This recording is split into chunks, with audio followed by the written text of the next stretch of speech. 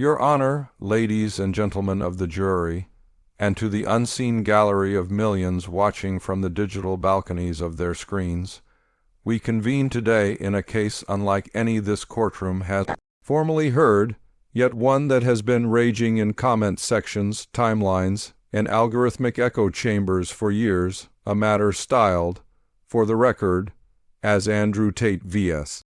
The Internet Influence Under Interrogation. At its surface, this appears to be no ordinary dispute. There is no broken contract before you, no smashed storefront, no singular act of violence to be pinned to a specific moment in time. Instead, we are asked to examine something more nebulous yet profoundly real: the power of influence broadcast at scale and the responsibilities, or failures of responsibility, that accompany it. The defendant in this symbolic proceeding is not here to deny his existence as an online figure. Indeed, he has built an empire on being seen, heard, and followed. His image, his words, his persona have been voluntarily projected into the public square by his own hand, multiplied by the amplifying machinery of platforms that reward engagement above all else. Prosecution in this case is not a single individual or agency, but something far more unruly and inconsistent: the Internet itself, an amorphous mass of critics, supporters, former fans turned detractors, journalists, parents, educators, and young people who once clicked, shared, and repeated his slogans and are now left wondering what that influence has done to them and to others. We are not here to pretend that this court can literally summon every video, every tweet, every podcast, every clipped quote. Nor are we here to adjudicate guilt or innocence in the strict criminal sense. That work belongs to other courts in other jurisdictions with their own standards of proof. Rather, this is a trial of narratives, an interrogation of influence, a careful cross-examination of what it means when one man's voice, sharp, confident, unapologetic, becomes the soundtrack for aspirations and frustrations of millions of young men scattered around the globe. The question is not whether Mr. Tate has said controversial things he himself would likely object to any characterization that softened his rhetoric. The question is what those words have done, how they have been wielded, and whether, when placed under the bright white light of accountability, they can stand as mere opinions or entertainment, or whether they become something heavier: instructions, justifications, even weapons in the hands of those who hear them. Andrew Tate presents himself as a man on the witness stand who insists he is simply telling the truth as he sees it, railing against weakness, mediocrity, and what he considers the decay of traditional masculinity. He speaks in absolutes, not footnotes. He trades in certainty, not nuance. His followers, many of them teenage boys and young men searching for meaning, latch on to those certainties like lifelines, repeating his phrases, adopting his posture, filtering their own frustrations through his template of dominance, hierarchy, and conquest. Meanwhile, the Internet's counter voice rises. Parents alarmed by sudden changes in their sons' attitudes toward women. Teachers confronted with classrooms where empathy is mocked as softness, and cruelty is brushed off as just telling it how it is. Young women who find themselves on the receiving end of this newly emboldened contempt, hearing their worth evaluated like statistics in a marketplace, their fears dismissed as overreactions to strong male leadership. In this courtroom, we must ask, when a figure builds a brand on rhetoric that others claim is inspirational, while critics label it harmful, can he retreat behind the shield of "I'm just an entertainer," or does his influence, once admitted and monetized, place him on a different kind of witness stand where just is no longer enough? Your Honor, the defense will tell you that Andrew Tate is a product of the very Internet now arrayed against him, that he is a mirror rather than a sculptor, reflecting a generation's hunger for discipline, ambition, and financial freedom in a world they perceive as stacked against them. They will say that his sharp tongue and provocative statements are strategy, a way to cut through noise and capture attention in an overcrowded digital bazaar.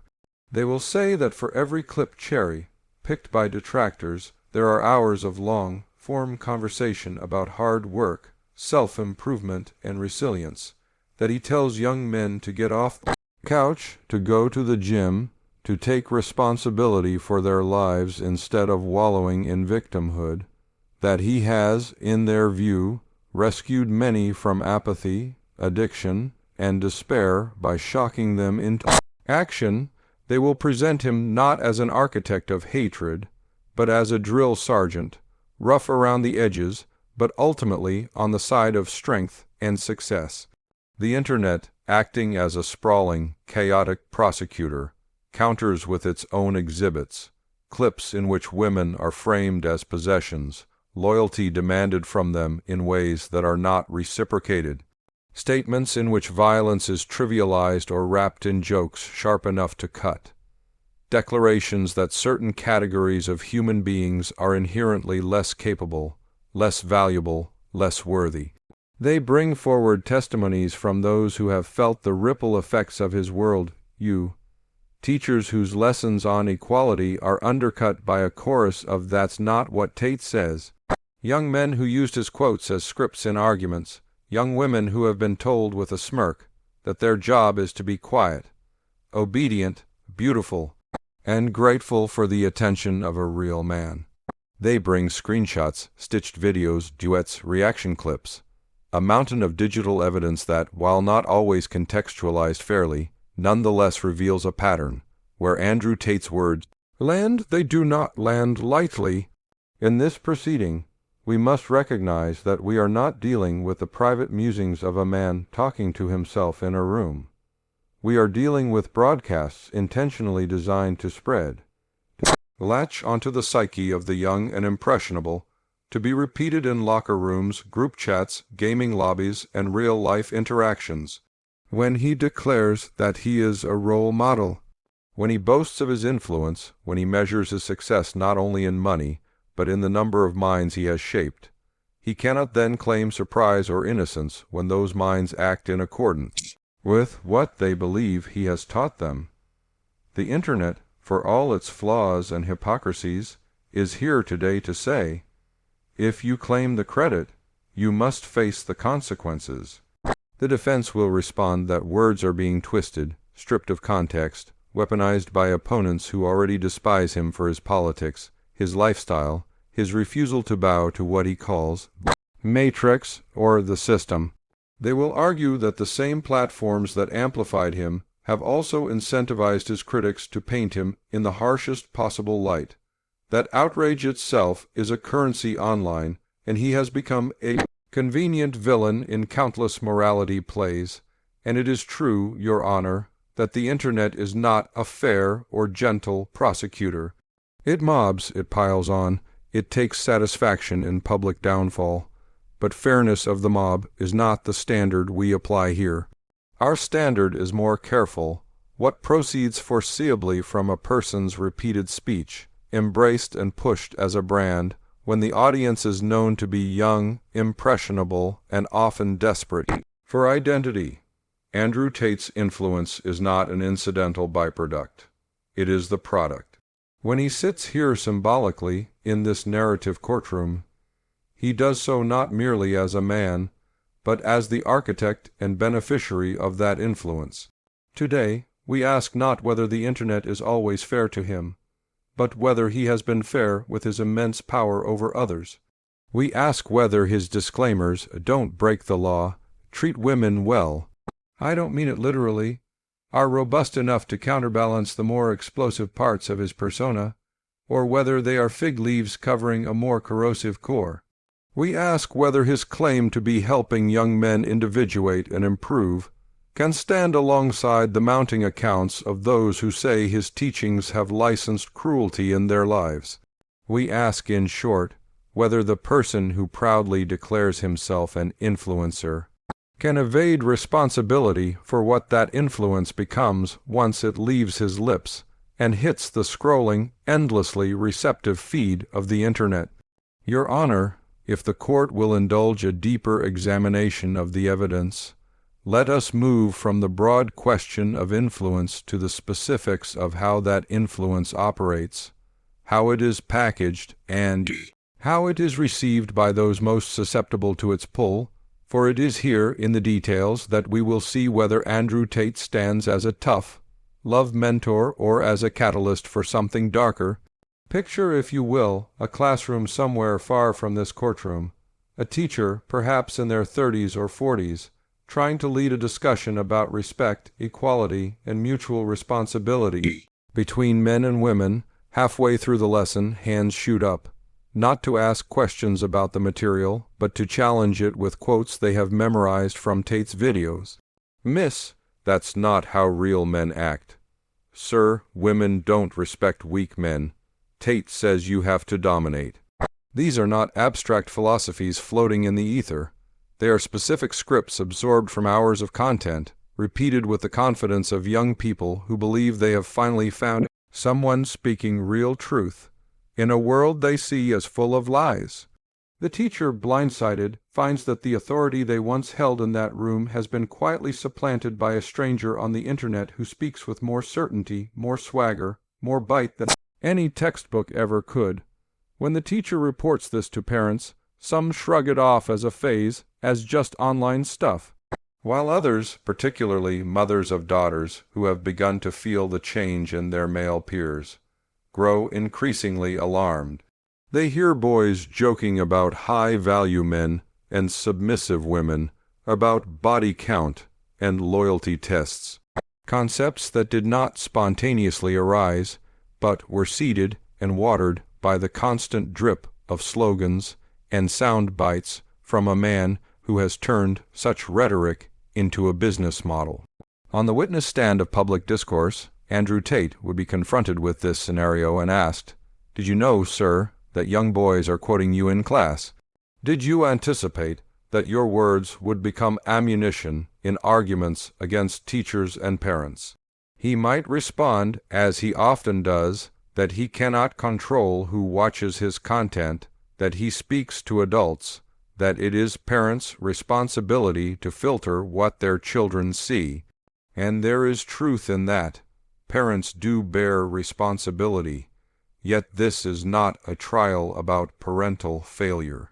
This is a trial about what a man does with the knowledge that his voice has reached those he claims he never intended to influence, and whether he adjusts accordingly or simply shrugs and continues on when the internet, in its prosecutorial mode, presents him with clips of boys parroting his more extreme statements. His reactions range from amusement to deflection. He may say they are misinterpreting him, that haters take him out of context, that he also tells men to be kind, to be loyal, to be disciplined. Your Honor, we do not deny that there are moments in his library of content where he speaks in softer tones about self-improvement and responsibility, but influence is not measured by averaging every word a person has ever said. It is measured by what sticks, by what is quoted, by what turns up again and again in the mouths and minds of those who follow, and what sticks, in case after case, are the phrases that spark outrage, that slice people into hierarchies, that reduce complex human beings to categories of usefulness.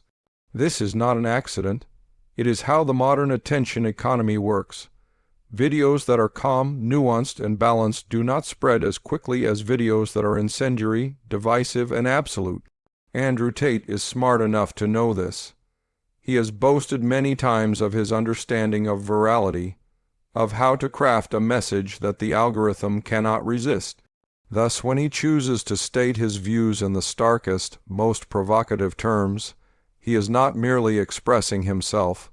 He is engineering clips that will be ripped, shared, and repeated ad infinitum, to then stand back and insist that only his wholesome messages count toward his influence is analogous to a manufacturer dumping toxic waste into a river and insisting that only their charity donations be considered in judging their impact. Influence does not work that way, and neither does responsibility. Let us also consider, Your Honor, the ecosystem that surrounds him, affiliate marketers, fan pages, re-upload channels, entire rings of young men who flood the internet with clips of his most controversial statements because they are financially or socially rewarded for doing so. Many of these accounts bear his branding, echo his slogans, and, for a time, were even part of structured programs designed to amplify his content in exchange for commissions. In cross-examination, we would ask, did you profit from having other people spread your clips? Did you instruct them, implicitly or explicitly, which types of clips would generate the most engagement and income? Even if he claims he never told them which lines to cut, the nature of the attention economy again answers the question for us. They chose the explosive moments because those are what go viral. And with each viral clip, his ethos reached deeper into schools, into homes, into friend groups, where boys and young men, feeling overlooked, powerless, or adrift, seized upon his brand of hyper-confidence as a way to armor themselves against a confusing world. Some of them, we must acknowledge fairly, may indeed have improved certain aspects of their lives. They started exercising, they pursued financial literacy, they stopped numbing themselves with endless distractions. But embedded in that same package, almost as a side effect but no less real, came a set of attitudes that devalue empathy, mock vulnerabilities, and abstract women into status, symbols to be collected and controlled. Influence, Your Honor, is not a buffet where followers take only the healthy items. Many ingest the entire plate, including the poison mixed in with the medicine. And when those poisoned attitudes spill out into real-world interactions, when a girl is taunted for not living up to some arbitrary standard of submissiveness, when a boy is bullied for being weak, because he shows emotion when a teacher's authority is undercut by a chorus of Tate says you're wrong, the Internet's sprawling prosecution points back to this man and says, you built this. He might reply in his own defense that he never told anyone to be cruel, that he never explicitly commanded harassment, that he cannot babysit every follower's moral compass. Yet the law and any serious moral framework distinguish between what one explicitly commands and what one reasonably foresees. When you hold yourself out as a mentor to millions, when you call yourself a role model, when you celebrate your viral reach, you move from the realm of private commentator to public influencer whose foreseeable impact must be interrogated. This courtroom in this narrative is the only place where that interrogation can take place in slow motion, away from the rapid-fire chaos of social media. Here we ask the questions the algorithm never does. Not, will this get clicks, but will this harden hearts? Not, is this entertaining? But is this eroding our ability to see one another as fully human? The Internet, as prosecutor, has sometimes done this messily, cruelly, and even unfairly. But its underlying instinct to demand accountability from those who shape young minds is not wrong.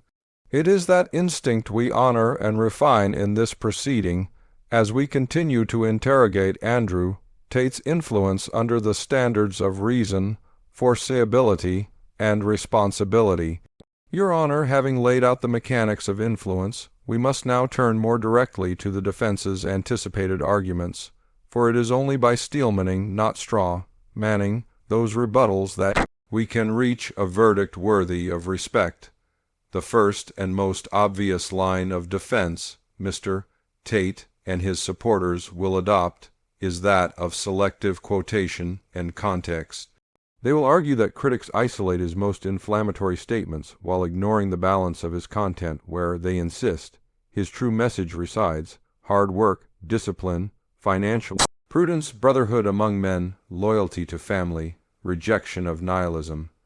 They will point to testimonials from followers who claim he saved their lives by helping them break addictions, leave destructive habits, and embrace self-responsibility. These stories are not invented, They exist, and they deserve to be acknowledged honestly. We do not sit here and claim that no one has ever drawn real benefit from Andrew Tate's exhortations to get up, get moving, and refuse to wallow in self-pity. But the question before this court is not whether his influence has ever been positive. The question is whether the totality of that influence, once weighed, can be washed clean by pointing to pockets of good while dismissing or minimizing the harm. When an industrial plant is examined for its impact on a town, the court does not consider only the jobs it created. It also considers the pollution it produced. In the calculus of responsibility, both sides of the ledger must be tallied. The defense may say, he tells men to be loyal, to protect their partners, to provide, to stay sober and strong. And in some clips that is verifiably true. But in other clips he speaks of women as inherently duplicitous, as needing control, as existing primarily as adornments or rewards. In one breath he may counsel kindness. In another, he may backhandedly justify jealousy, possessiveness, or emotional manipulation. Influence does not present itself to the public in clearly labeled compartments. A teenage boy listening on his way to school does not annotate which parts of the message are healthy and which are toxic. He absorbs the persona as a whole. Therefore, the defense's insistence on context cannot absolve all. It can only complicate the picture and invite a more careful assessment. Another key defense will be that of free speech. They will argue that in a free society, men and women must be allowed to voice unpopular, even offensive opinions, and that the remedy for bad speech is more speech, not silencing. They will point out correctly that Andrew Tate has been deplatformed on major sites, that his content has been removed or restricted, and that this very case emerges from a broader societal attempt to police those who dissent from mainstream norms. Your Honor, the court is not blind to the dangers of overreach in suppressing speech. However, even the strongest defenders of free expression concede that speech with foreseeable, tangible harms can attract consequences, especially when it intersects with targeted harassment, direct incitement, or discrimination. The Internet's role as prosecutor may at times resemble a mob, but beneath its chaotic methods lies a legitimate question: when someone with immense reach, knowingly addressing an impressionable audience, repeatedly advances a world view that normalizes contempt for certain groups and glorifies dominance at their expense, at what point does this stop being merely unpopular opinion and begin to function as a kind of social toxin? We do not propose legal censorship in this narrative courtroom. Instead, we propose moral and social accountability, the right of platforms to enforce their terms of service, the right of parents and educators to push back, the right of society to say, you may be free to speak, but you are not free from criticism, from consequences, or from scrutiny. Free speech is not a talisman that makes all criticism invalid. It is the very framework that allows this interrogation to occur. The defense will also lean heavily on the idea of personal responsibility of the audience. If someone misuses his words, they will say that is on them, not on him. He cannot be responsible for every bad actor who cites him as inspiration. Again, there is a kernel of truth. No influencer can fully control their followers. But responsibility is not a binary switch flipped fully on or off. It is a spectrum. When a public figure repeatedly sees their slogans used to justify cruelty or misogyny, and yet chooses to double down on those same phrases because they drive engagement, they are not innocent bystanders. They are, at minimum, negligent architects of an environment in which such misuse is predictable. Think of a bar owner who sees fights breaking out every weekend after they promote all you and drink, nights fueled by aggressive marketing. If that bar owner continues the promotion, knowing the pattern, can they shrug and say, well, It's not my fault some people can't handle their alcohol. The law would say otherwise. In the same way, Andrew Tate knows that his most aggressive and demeaning sound bites are the ones that spread fastest. He knows young men are repeating them uncritically. He has heard the concerns of parents, schools, and former followers.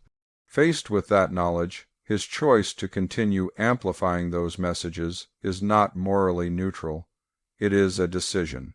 And decisions, in this courtroom, carry weight. The final defense we anticipate is that of projection and hypocrisy, that the Internet only hates Andrew Tate because he holds up a mirror to its own weaknesses, that critics are jealous of his wealth, his confidence, his ability to command attention. They will say that his enemies are not really concerned with the welfare of young men or women, but are instead engaged in a moral panic against any strong, unapologetic masculine figure. This argument, while rhetorically clever, evades the substance of the charges. For even if some critics are indeed motivated by envy or ideological difference, that does not magically make his influence benign. Motives of critics do not erase the testimonies of those harmed. In cross-examination, we would ask, if your critics vanished tomorrow, would the testimonies of teachers, parents, and young women cease to exist? Would the videos of boys harassing girls in the name of your slogans vanish? Would the shift in discourse among young men return to what it was? The answer is obvious. Reality on the ground does not depend on the purity of the motives of those who draw attention to it. A witness may be flawed and still tell the truth about what happened. The Internet as prosecutor is indeed messy, driven by outrage cycles and tribalism, but nestled within that chaos are real voices describing real harms. The defense may point out the hypocrisy of an online culture that celebrates other toxic influences while obsessively fixating on this one man. They may ask why certain musicians, comedians, or entertainers get a pass for similar or worse messages. That is a fair question about selective enforcement, but selective enforcement does not invalidate the underlying standard. If the speed limit is 60 and only one of many speeders gets a ticket, that driver may complain of unfairness, but the posted limit is still 60. In this courtroom, we acknowledge the inconsistency of societal outrage while still insisting that some standards be upheld. Andrew Tate stands here not because he is the only problematic influencer, but because he is among the most prominent, the most self-aware, and the most self-congratulatory about his impact. When you declare yourself king of the Internet, you cannot be surprised to find yourself summoned to this symbolic dock when the kingdom's citizens begin filing complaints. Our job is not to make him a scapegoat for all cultural ills, but to honestly evaluate the portion of responsibility that legitimately attaches to him. Only by engaging his strongest defenses and still finding the core case against his influence persuasive can we issue a judgment that is more than just another pile-on in the endless churn of online outrage. Your Honor, having sifted through influence, evidence, and defense, we arrive at the necessary and weighty task of drawing this proceeding to a close, of rendering a verdict not in the narrow legal sense, but in the broader moral and cultural sense that this symbolic courtroom exists to articulate. The case of Andrew Tate vs. The Internet influence under interrogation has never been about whether one man is purely evil or purely good. Such simplistic binaries belong to the shallow storytelling of the very platforms that turned him into a phenomenon. Rather, this has been an inquiry into what happens when a person knowingly leverages the architecture of the digital age to project a persona of absolute certainty, dominance, and control, targeting a generation of young men frightened by their own perceived powerlessness, and what responsibilities arise from that choice. In your deliberations, you must hold two truths at once. First, that Andrew Tate's message has contained elements of genuine value to certain individuals, calls to self-discipline, to physical fitness, to financial ambition, to personal responsibility.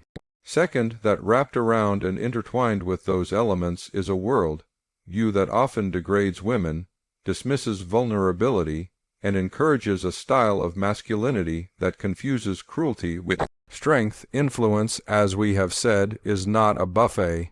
It is more akin to a stew. Followers ingest the whole mixture, not just the ingredients they like. And when that mixture is spooned out to millions of young men, many of whom lack the life experience or critical tools to separate the nourishing from the poisonous, the chef bears responsibility for what he has served.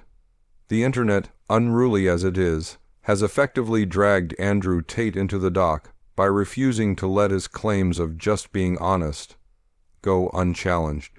Parents have testified in articles and interviews. Teachers have testified in staff rooms and emails.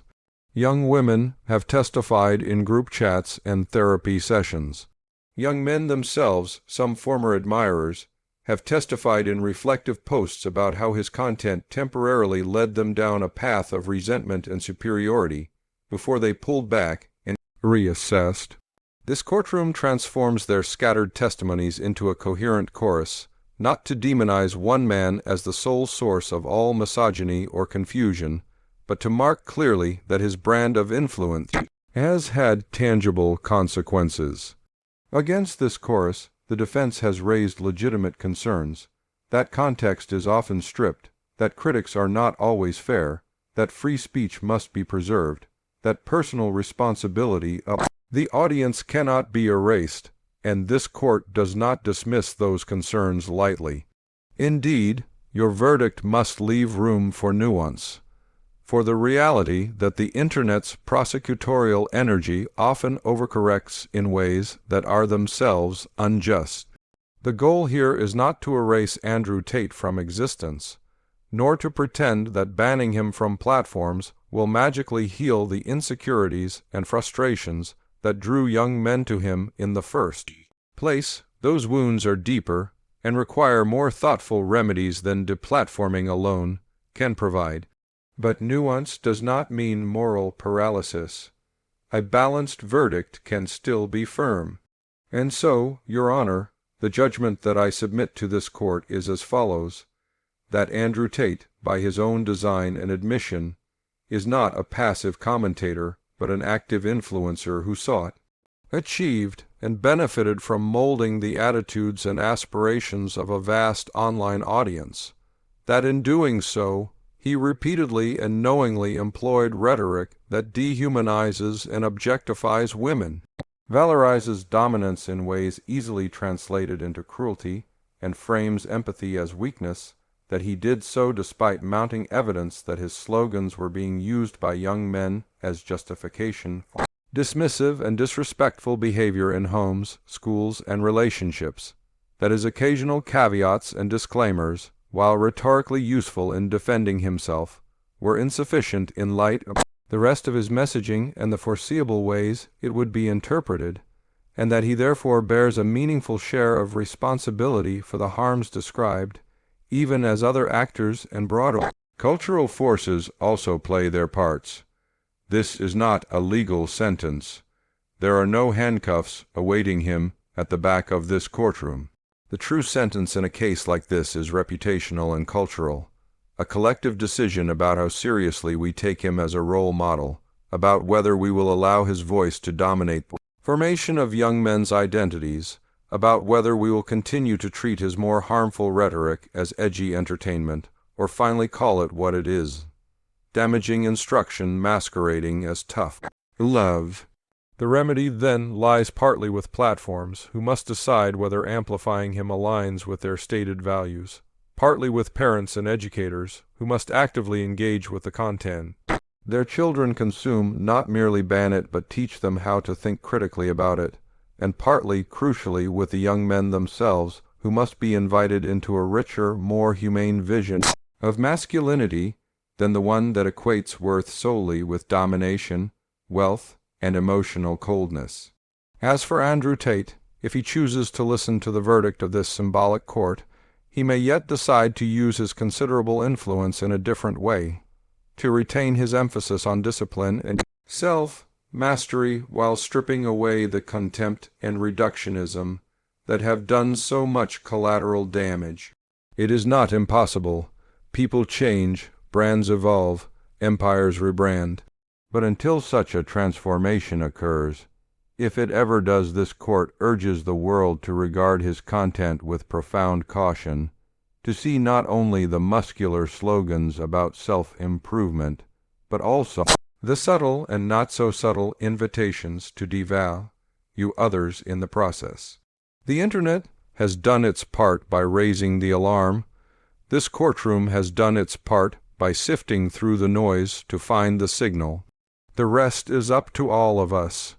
In the case of Andrew Tate vs. the Internet influence under interrogation, I ask you to render a verdict that does not pretend he is a cartoon villain, but also refuses to absolve him as a harmless entertainer. Call him what he has made himself, an influential man whose words matter, whose choices have consequences, and whose legacy will be weighed not only by the fortunes he has amassed, but by the character of the young men shaped, for better and for worse, under his shadow.